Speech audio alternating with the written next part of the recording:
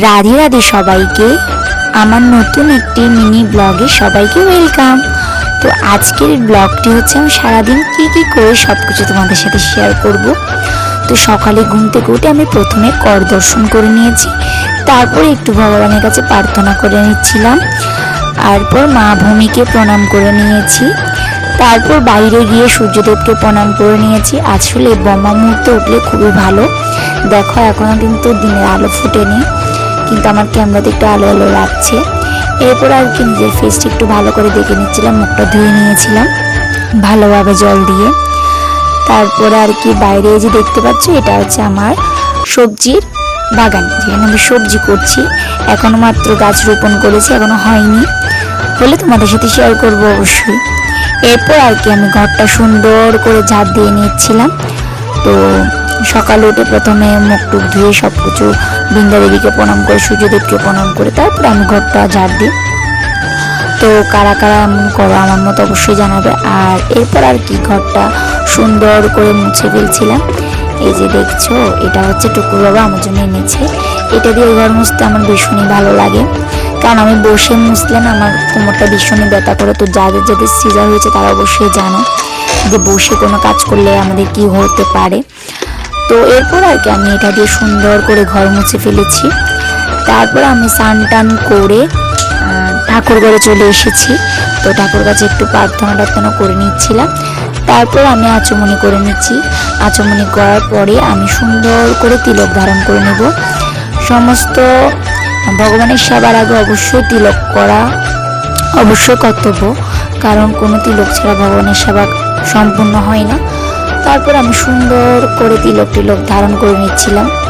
তো অনেকে জিজ্ঞেস করো আমি কিভাবে তিলক করি, হাত দিয়ে নাকি কাঠি দিয়ে। তোমরা আজকের ভিডিওতে দেখেই নাও যে আমি হাত দিয়ে তিলক করি, আর আমার হাত দিয়ে তিলক করতে ভীষণই ভালো লাগে। তো অনেকে ভাবে আমি কাঠি দিয়ে তিলক করি, আসলে আমি কাঠি দিয়ে তিলক করি না, আমি হাত দিয়ে তিলক করি।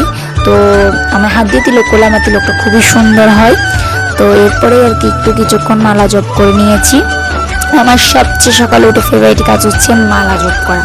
তো কার কার এমন অবশ্যই কমেন্ট করে জানাবে। প্রথমে মালা জপ টপ করা শেষ করে তারপর চলে গিয়েছিলাম ফুল তুলতে।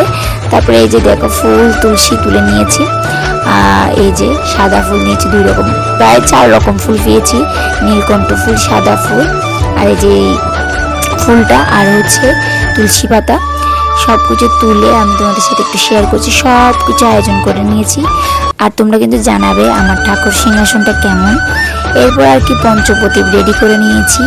পঞ্চপ্রদীপ রেডি করে পূজার সমস্ত কিছু রেডি করে আমি তারপরে ভগবানকে সেবা করতে যাই। তো তারপরে এগুলো সব রেডি করে এখানে জল শঙ্খ টঙ্ক সব রেডি করে নিয়েছি। এই যে দেখতে পাচ্ছ জল শঙ্খ, আর এই যে আচমনির জল, তো সব নিয়ে আমি রেডি করে নিয়েছি। তো সকালে প্রথমে ঘুম থেকে উঠে আমার সবসময় ভগবানের সেবা করতেই পছন্দ। তো কারা কারা এমন যে সকালে ঘুম থেকে উঠে ভগবানের সেবা করা আগে।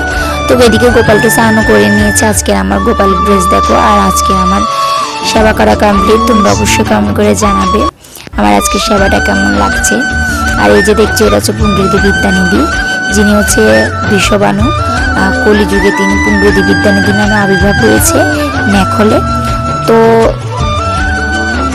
তারপর আর কি আমার পুজো কমপ্লিট হয়ে গেছে। এরপরে দিক দিয়ে টুকুকে ডাকছি বারবার ওঠার জন্য, টুকু উঠে পড়েছে। তো ওকে গিয়ে আমি রেডি করে আজকের মতো রাধে রাধে।